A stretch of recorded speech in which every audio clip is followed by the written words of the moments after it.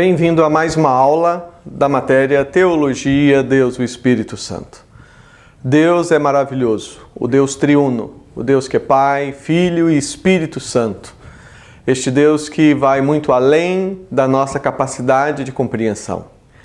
E a palavra de Deus nos diz que o conhecimento de Deus iria cobrir a terra como as águas cobrem o mar. Cremos que é a ação de Deus, a ação do Espírito Santo de Deus, aplicando a obra de Cristo, realizando a vontade do Pai, é que está realizando esta palavra, está cumprindo essa palavra. Sabemos sim, ainda temos tantas coisas para fazer, temos tantas oportunidades de testemunhar o Evangelho, de ensinar, de pregar, de falar de Jesus. E em cada momento no qual nós nos pronunciamos, em cada momento no qual nós falamos de Jesus, do Evangelho, falamos de Deus de uma maneira responsável, sempre que isto ocorre, a ação de Deus está presente. A ação de Deus está presente até mesmo antes disso acontecer. Em outras palavras, é o Espírito Santo que prepara o nosso coração, prepara a nossa mente e nos dispõe a realizar a sua obra. Meu coração está muito feliz com aquilo que nós estamos vendo Deus, para a sua glória, realizando através deste trabalho da Eternity and Grace Ministries. Uma iniciativa que entendemos vem do coração de Deus, uma iniciativa que se baseia em princípios que aprendemos na palavra de Deus, e aqui me vem à mente o que o Senhor Jesus Cristo nos ensina lá no capítulo 13 de Mateus, quando ele fala da parábola do grão de mostarda, e ele diz que o reino de Deus é semelhante a um pequeno grão de mostarda, uma sementinha muito pequena, que é quase imperceptível, muito pequena, comparada às outras sementes. Mas, uma vez plantada, ela germina e produz uma árvore capaz de sustentar as aves nos seus ramos. Uma pequenina semente que produz uma árvore que é capaz de produzir conforto para as outras criaturas. E naquela parábola, Jesus está nos ensinando um princípio muito importante, que é: o reino de Deus tem um início aparentemente desprezível, mas um fim glorioso. Nós sabemos que, em certa medida, ou para todos os efeitos, o reino de Deus já está presente e não há nada que esteja fora do domínio de Deus. Deus, ele reina. Nós não cremos em um Deus que vai reinar um dia, nós cremos em um Deus que reina eternamente. Deus é o Rei de toda a terra. Mas quando nós falamos no desenvolvimento do reino, nós estamos pensando nesse período que vai da queda até a consumação.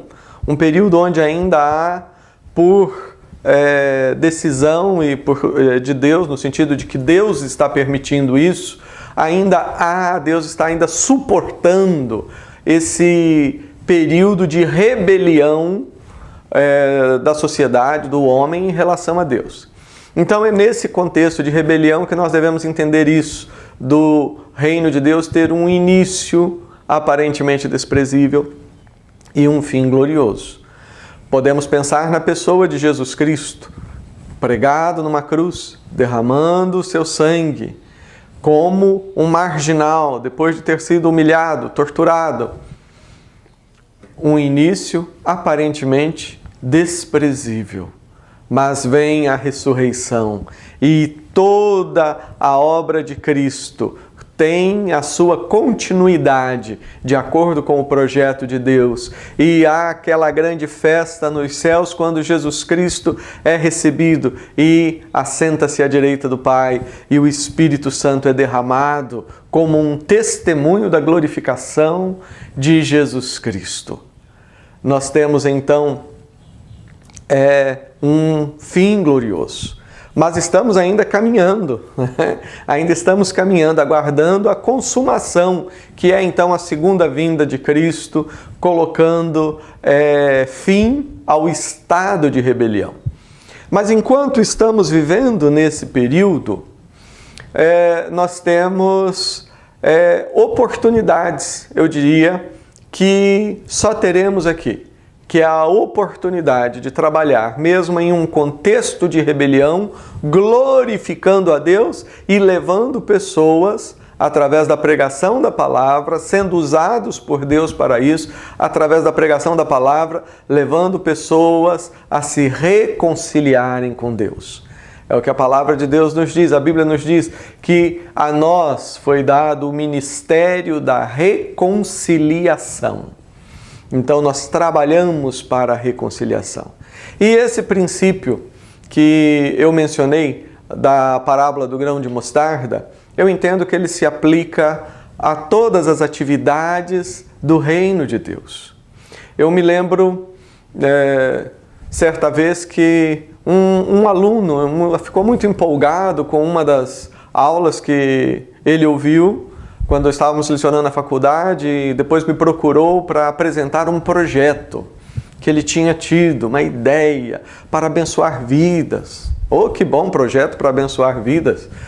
E ele começa a descrever o projeto e, de repente, ele fala que para realizar aquilo ele precisaria de um capital de alguns milhões. Mas ele tinha uma ideia de como poder alcançar. E é claro que a gente nunca procura desanimar as pessoas, mas eu tive que dizer que eu não acredito em projetos que, para ter o seu início e que para atingir os seus alvos, ele precisa começar com milhões de dólares. Sim, eu creio, Deus ele é um Deus riquíssimo e há pessoas que têm tido a alegria de receber da parte de Deus grandes valores e agradar o coração de Deus. Conheço também pessoas que recebem milhões e milhões e usam aquilo para afastar pessoas de Deus. Mas o ponto é o seguinte, eu disse, olha, eu não acredito muito nesse tipo de projeto. Porque no início, quando você vai fazer alguma coisa, você precisa ter fé. E quando eu leio o Evangelho, quando eu leio a palavra de Deus, vejo Jesus Cristo, o princípio que eu vejo em ação, dando resultado, é o princípio do grão da mostarda. São aquelas coisas aparentemente desprezíveis, como a moeda da viúva pobre, que Jesus olhou e disse, olha, ela contribuiu muito mais do que todas essas outras pessoas que dos restos deram aparentemente grandes valores. Quando eu olho para a Bíblia, eu vejo Jesus Cristo alimentando, usando os discípulos para alimentar uma grande multidão a partir de alguns poucos pães e alguns poucos peixes. É assim que nós trabalhamos. E eu estou fazendo como que uma pausa na nossa explanação sobre o Espírito Santo para compartilhar isso. Porque eu creio que isso é algo que o Espírito Santo quer ver nos nossos corações.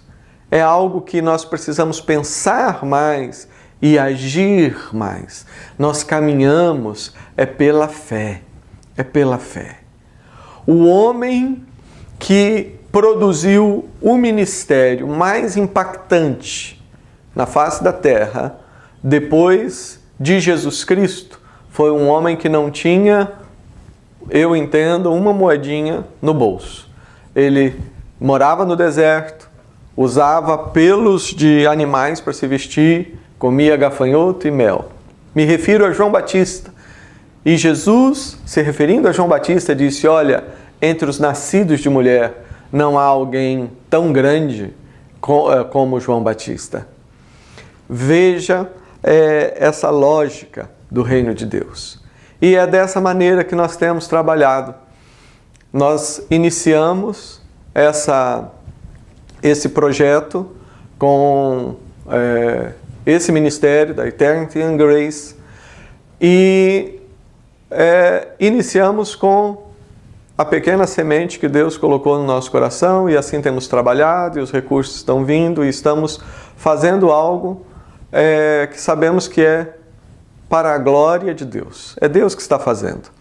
E me alegra muito o coração todas as vezes que eu recebo fotografias e estou compartilhando isso nesse vídeo, porque esse vídeo ele não está sendo assistido e utilizado apenas na África, mas também no Brasil, nos Estados Unidos. Muitas pessoas estão fazendo o curso através das videoaulas. Mas eu quero aproveitar para falar sobre a África. Enche o meu coração de alegria quando nós podemos ver as pessoas, os alunos, lá em Angola, em Luanda, lá no bairro de Viana, também no Sumbe, assistindo às aulas, se esforçando, aprendendo. Quando recebemos vídeos onde os alunos dão testemunho e falam de quão importante isso tem sido para a vida deles, nós temos, a partir desta experiência, nós temos construído um projeto para os próximos anos, no qual nós desejamos, dentro daquilo que Deus nos der a realizar, dentro dos recursos que Deus encaminhar, queremos despertar a igreja, as pessoas, a igreja que fala português, e aqui em especial os brasileiros, espalhados mundo afora, mas nós queremos fazer, através deste ministério, queremos ser usados por Deus para abençoar a África de fala portuguesa. E nós temos essa oportunidade, temos países como Angola, Moçambique, Cabo Verde, Guiné-Bissau, Malawi e tantas outras oportunidades. E uma coisa que me alegra é que eu sei que os alunos que estão em solo africano, estão lá em Angola hoje e nos demais países que falam português, muitos daqueles que estão recebendo treinamento em português são capazes de falar línguas totalmente distantes da língua portuguesa. Línguas que eu demoraria, quem sabe, boa parte da minha vida para aprender. E como é maravilhoso saber que você, agora falando com você, meu aluno aí, minha aluna amada, meu irmão, minha irmã, que está aí estudando na África.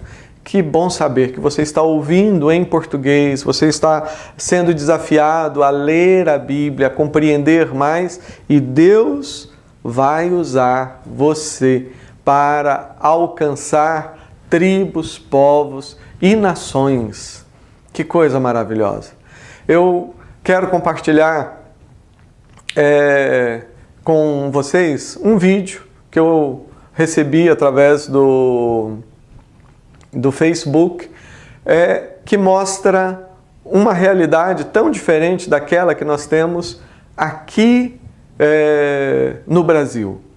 Mas um vídeo que nos mostra como Deus tem derramado sobre a igreja na África uma unção de alegria.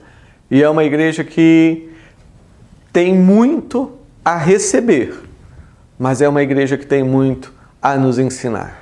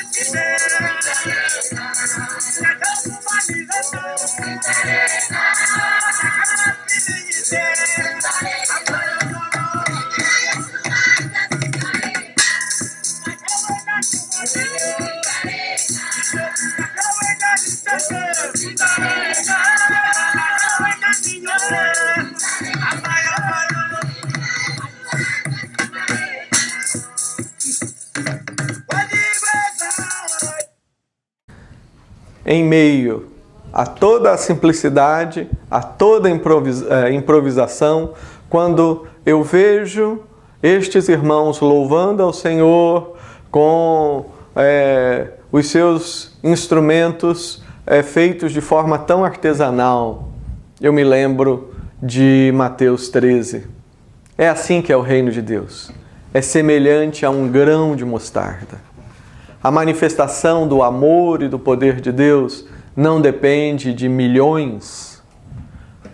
A manifestação do poder e do amor de Deus depende tão somente da ação do próprio Deus, através do Espírito Santo, que soberanamente nos chama à nossa responsabilidade e nos dá a oportunidade de ir, de fazer e de falar. Estou fazendo essa introdução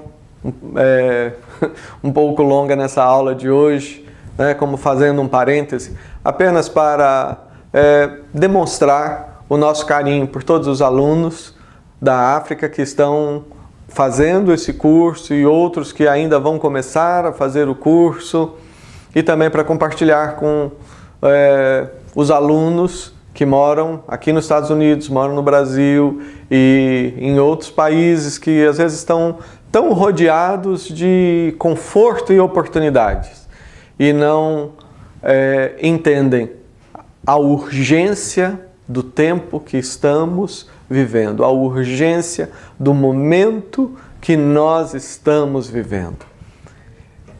Estou compartilhando com você que não mora na África, para que você também entenda o que envolve todo esse projeto do Ministério Eternity in Grace Ministries. Ou seja, envolve esta visão. Nós queremos ser, nas mãos de Deus, o grão da mostarda. Queremos somar os nossos esforços com outras pessoas para fazer aquilo que Deus tem no seu coração, para a honra e glória do seu nome apenas. E pedimos ao Espírito Santo que nos dê a alegria de termos um ministério como o de João Batista, que ao final disse: convém que Cristo cresça e que nós diminuamos.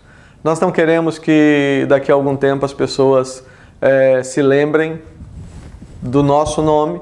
Eu estou falando não só de mim, mas de todo mundo que está envolvido nesse projeto. Nós não queremos que daqui a alguns anos as pessoas se lembrem do nome, do ministério, essa coisa toda. Não, nós queremos que a partir de hoje, daqui a algum tempo e por toda a eternidade, muitas pessoas adquiram um relacionamento profundo e íntimo com Jesus Cristo. É o nome de Jesus que nós queremos ver sendo exaltado e glorificado para a honra e glória de Deus, o Pai. Vamos fazer uma oração? Senhor, nós agradecemos por esse grande privilégio que o Senhor nos dá de sermos como o grão da mostarda nas Tuas mãos. Louvamos-Te por poder participar desse processo glorioso que é a expansão do Teu reino.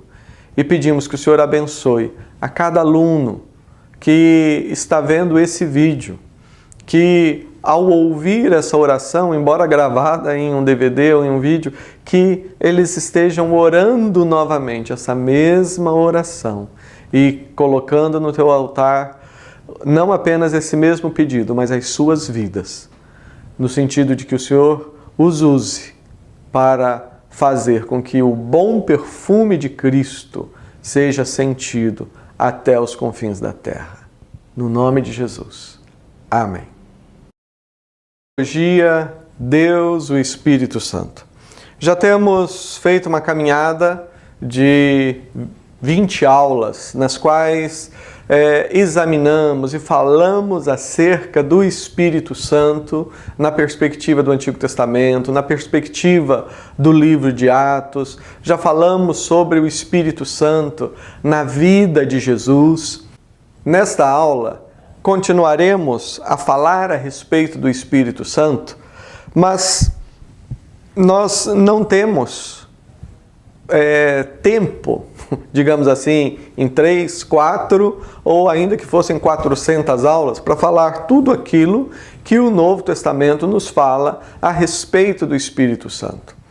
O objetivo da matéria é dar a você, aluno e aluna, uma visão mais ampla da obra do Espírito Santo. E então, com essa visão mais ampla, você vai pegar a sua Bíblia e começar a examinar os textos e vai conseguir enxergar muito mais do que aquilo que normalmente é dito acerca da obra do Espírito Santo. E o recurso que nós usaremos a partir desta aula é um exame do capítulo de número 34 da Confissão de Fé de Westminster, um capítulo que não fez parte da versão original da Confissão de Fé, foi acrescentado algum tempo depois, mas que nos traz um resumo, digamos assim, uma síntese muito interessante acerca da obra do Espírito Santo. E nós vamos então tomar como base esse documento da Confissão de Fé de Westminster, capítulo 34, para pensarmos um pouco acerca do Espírito Santo de uma forma mais ampla e sintetizada. O primeiro parágrafo da Confissão de Fé nos diz: o Espírito Santo é a terceira pessoa da Trindade, procedente do Pai e do Filho e da mesma substância, igual em poder e glória. E deve-se crer nele, amá-lo, obedecê-lo, adorá-lo, juntamente com o Pai e o Filho, por todos os séculos. Vamos tecer aqui alguns comentários sobre esse parágrafo. Você que já examinou a Confissão de Fé, se você não fez isso, você pode facilmente, através da internet, conseguir uma cópia e você verá que sempre todos esses parágrafos são acompanhados de vários textos bíblicos e são tantos que, infelizmente, como eu disse, nós não temos tempo de nos determos em cada um deles, mas nós queremos comentar as afirmações principais. Primeiramente, esse parágrafo ele nos fala do Espírito Santo como sendo o próprio Deus. E é por isso que diz aqui que o Espírito Santo ele é da mesma substância do Pai e do Filho. Isto é uma forma que os autores encontraram de afirmar isso, que o Espírito Santo é Deus. E é Deus assim como o Pai, é Deus assim como o Filho. E não são três deuses independentes, não é Deus. O Espírito Santo é Deus, da mesma substância do Pai e do Filho, igual em poder e glória. Igual em poder e glória. O Espírito Santo, ele não é nem menos e não é mais. Ele é igual em poder e glória com o Pai e com o Filho. Essa é uma afirmação muito importante na teologia e nos ajuda a entender vários textos e alguns deles até polêmicos que falam a respeito do Espírito Santo. Por exemplo, o texto no qual é mencionada a blasfêmia contra o Espírito Santo. É um texto, você lembra quando Jesus está curando alguém, está operando um milagre, e os fariseus, eles dizem que, olha, não, é pelo poder de Beelzebu, né, o maior dos demônios, que Jesus está fazendo isso. E Jesus então diz, olha, aqueles que blasfemarem contra o Espírito Santo, eles não serão perdoados, nem agora, nem no mundo vindouro. E por causa do fato de que essa afirmação é colocada após os escribas e os fariseus usarem essa comparação, falando que não é o poder que Jesus está usando, é o poder de Satanás, né, de Beelzebu, que seja. Por causa disso, as pessoas criam uma interpretação onde elas pensam que blasfêmia é simplesmente abrir a boca e xingar, né? Ou seja, falar um palavrão ou uma coisa obscena em relação ao Espírito Santo, como, se você fizer isso, então você não tem perdão. Na verdade, o que o texto nos mostra, e Jesus fala que quem blasfema contra o Espírito não tem perdão, é blasfêmia não no sentido de pronunciar algo contra o Espírito, mas é a sua atitude. A grande blasfêmia, digamos assim, que aqueles escribas e fariseus estavam cometendo, não era simplesmente de falar que Jesus estava fazendo os milagres pelo poder de Beelzebu. A grande blasfêmia estava no fato daqueles homens estarem rejeitando Jesus como o Messias, rejeitando Jesus como o Salvador prometido. E ao fazer isso, eles estavam também rejeitando o próprio agir do Espírito Santo, porque é o Espírito Santo quem nos convence do pecado, da justiça e do juízo. Então, o único pecado que não tem perdão é quando a pessoa rejeita a obra do Espírito Santo. Eu sei que quando nós falamos isso, aí vem toda aquela discussão sobre a soberania de Deus, a responsabilidade humana e posições extremadas, mas nós temos desde o início falado, olha, vamos ter a humildade de não querer explicar tudo e permitir esses paradoxos, essas tensões, né? Ou seja, Deus ele é totalmente soberano e dentro dessa grande soberania ele envolve a nossa responsabilidade, mas Deus é aquele que realiza todas as coisas para o seu propósito. Então, não vamos entrar nessas discussões, mas só vamos voltar aqui ao ponto, que essa afirmação que nós acabamos de colocar, que o Espírito Santo, ele é da mesma substância, ele é igual em poder e glória com o Pai e o Filho, nos ajuda a entender aquela passagem e nos ajuda a entender que o grande pecado sem perdão não é pronunciar alguma coisa contra o Espírito. Porque se alguém fala contra Jesus, ele está falando contra Deus. Se alguém fala contra o Pai, ele está falando contra Deus. Se ele fala contra o Espírito, ele está falando contra Deus. Ao falar mal de Jesus, a pessoa está falando mal do Pai e do Espírito Santo.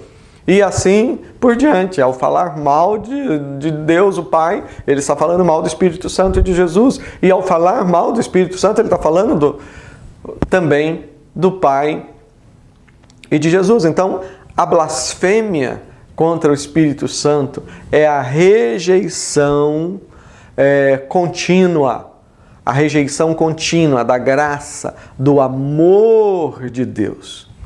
E se alguém insistisse em falar que, olha, não, eu discordo dessa interpretação, é um direito seu, é um direito seu discordar, mas se alguém falar, não, eu discordo disso, porque não, eu acho que blasfêmia contra o Espírito é quando alguém fala algo contra o Espírito Santo. Bem, se nós falamos isso, então nós já estamos dizendo que o Espírito Santo não é igual em poder e glória com o Pai e o Filho. Porque, em certo sentido, estaríamos falando que a glória do Espírito seria algo a mais. Porque alguém poderia, seguindo essa interpretação, blasfemar contra Deus o Pai, contra Deus o Filho, mas contra o Espírito Santo não. Mas na verdade não. A Bíblia, ela nos fala que o Espírito Santo ele é igual em poder, honra e glória. E apenas concluindo, esse é o tipo do assunto que eu sei que depois os alunos ficam aí empolgados e discutem e conversam, mas apenas concluindo, o pecado da blasfêmia contra o Espírito Santo não é falar um palavrão contra o Espírito Santo. Eu não estou falando que você possa fazer isso. Devemos temer a Deus, mas devemos entender que há um só Deus, certo? Então, a blasfêmia contra o Espírito Santo, a blasfêmia que aqueles escribas e fariseus lá daquele episódio com Jesus estavam cometendo, não era simplesmente falar que Jesus estava operando sinais pelo poder das trevas, mas a blasfêmia consistia no fato deles estarem rejeitando a pessoa de Jesus Cristo. Quando você rejeita Jesus, você está rejeitando não somente Jesus, mas está rejeitando a Deus e ao Espírito Santo. Mas o texto que nós lemos, ele tira aqui uma lição prática muito maravilhosa, dizendo o seguinte, que o Espírito Santo ele é igual em poder e glória ao Pai e ao Filho, e é por esse motivo que nós devemos crer no Espírito Santo.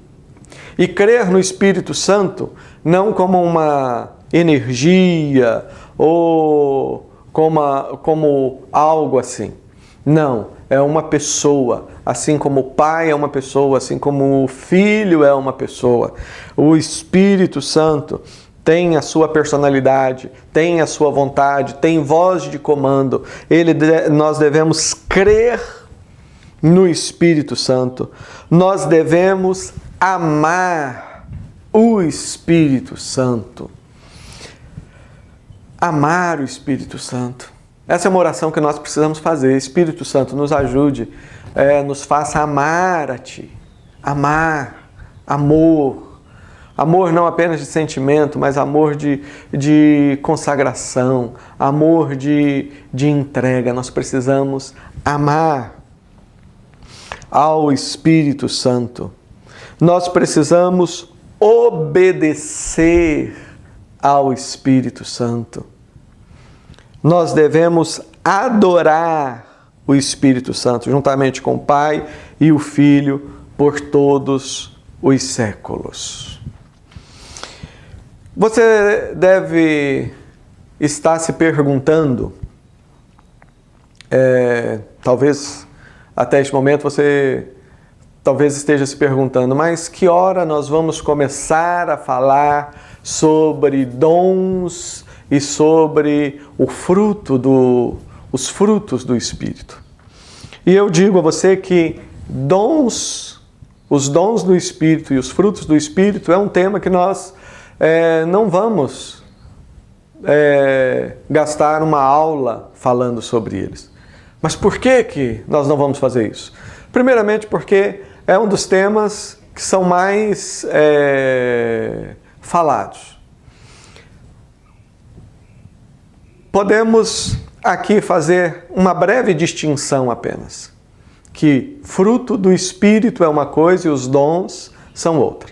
O fruto do Espírito é algo que todo cristão tem. Toda pessoa que tem Jesus, ele tem o fruto do Espírito, que envolve todas aquelas coisas como amor, benignidade, longanimidade, paciência, domínio próprio, etc. Isto é o fruto do Espírito Santo. E o que é que significa isso? Significa que todo mundo que recebe Jesus, recebe em si o selo do Espírito Santo e ele já tem esse fruto. Ele já tem, digamos assim, essa propensão, essa possibilidade de ter na sua vida todos esses elementos. Você precisa apenas desenvolver.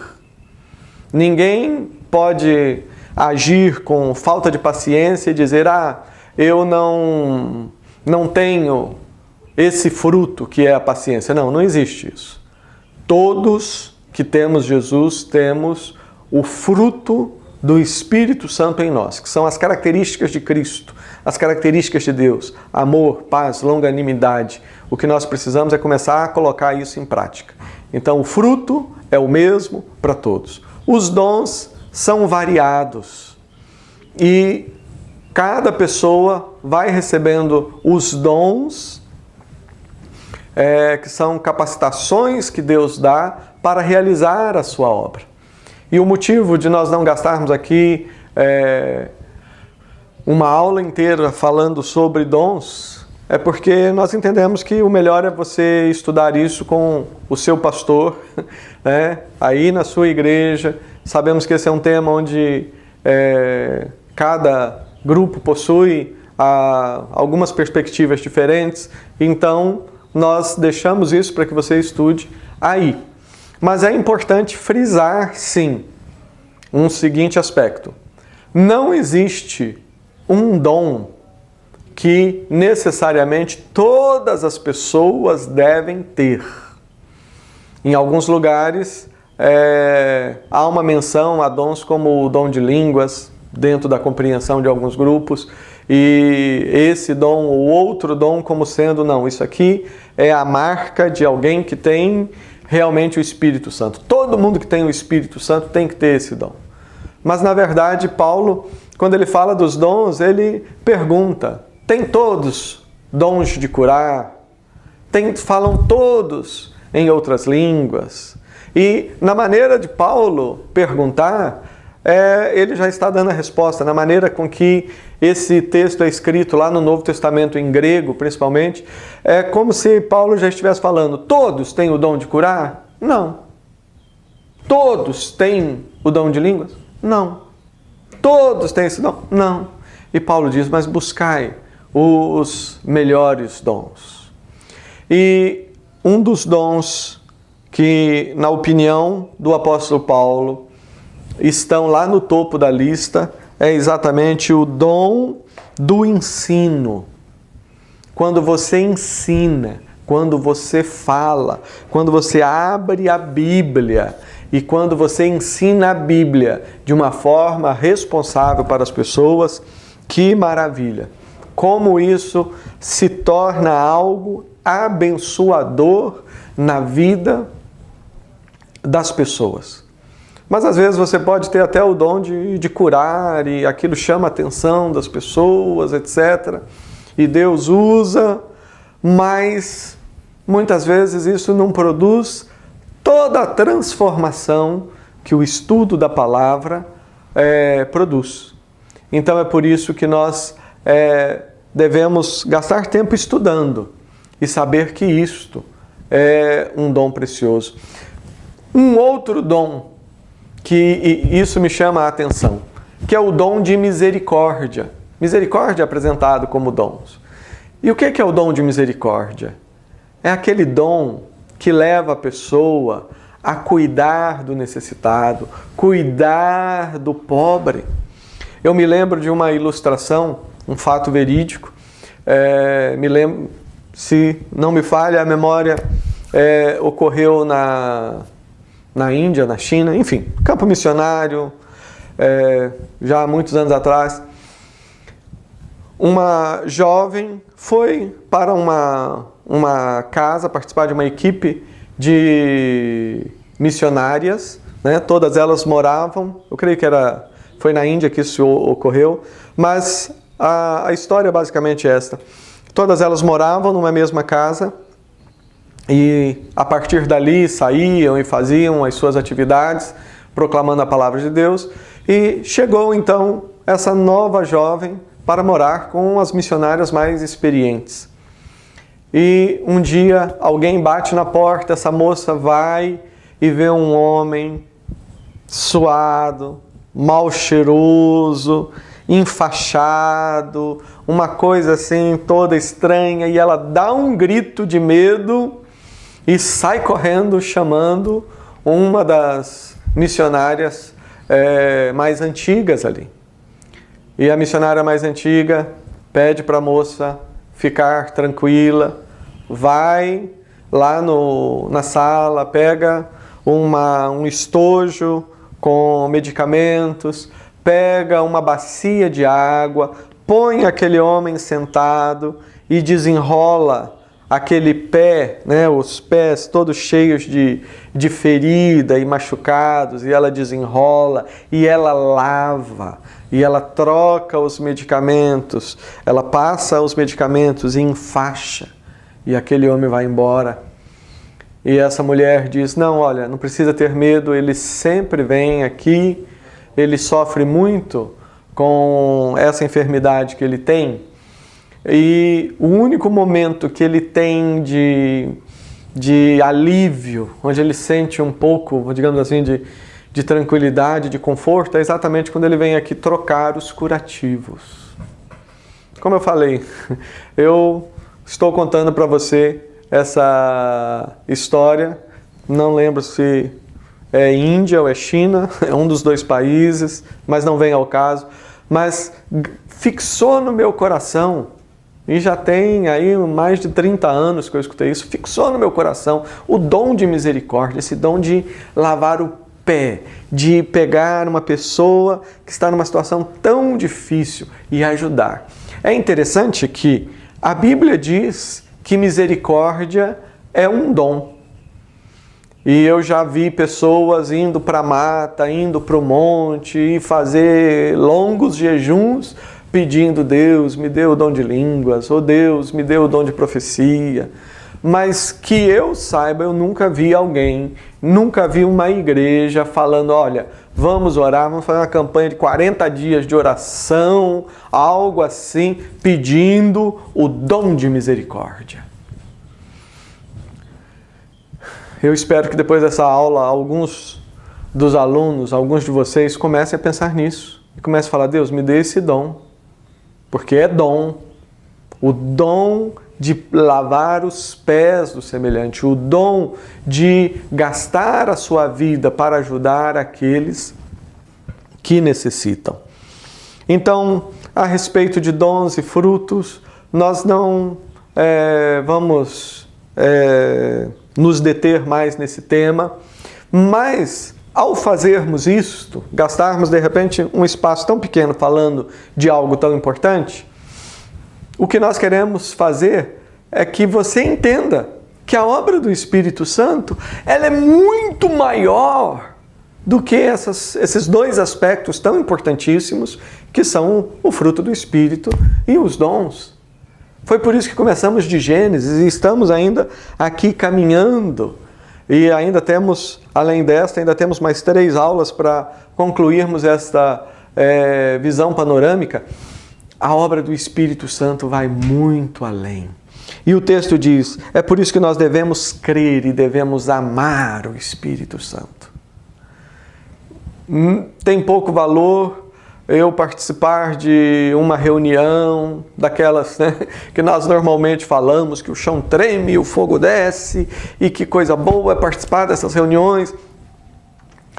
Tem pouco valor participar de uma reunião como essa, se ao sair dali os meus atos não demonstram o meu amor pelo Espírito Santo. O Espírito Santo ele tem um amor muito grande pela humanidade, tem um amor muito grande pelas pessoas. E se não fosse a ação do Espírito Santo, o mundo já não existiria, a humanidade já teria se autodestruído. Então eu preciso crer no Espírito Santo. Eu preciso crer que é Ele que convence do pecado, da justiça e do juízo. E por crer no Espírito Santo, eu devo ter a ousadia de abrir a minha boca e falar do amor de Deus, falar de Jesus, que morreu, ressuscitou e que vai voltar e que vai restaurar todas as coisas. Eu devo crer, eu devo amar, eu devo obedecer o Espírito Santo. Obedecer o Espírito Santo através da sua palavra. Algumas pessoas perguntam, mas como que eu vou saber o que o Espírito Santo quer da minha vida? Ele já te deu por escrito. Eu acho maravilhoso isso, o Espírito Santo já me deu por escrito.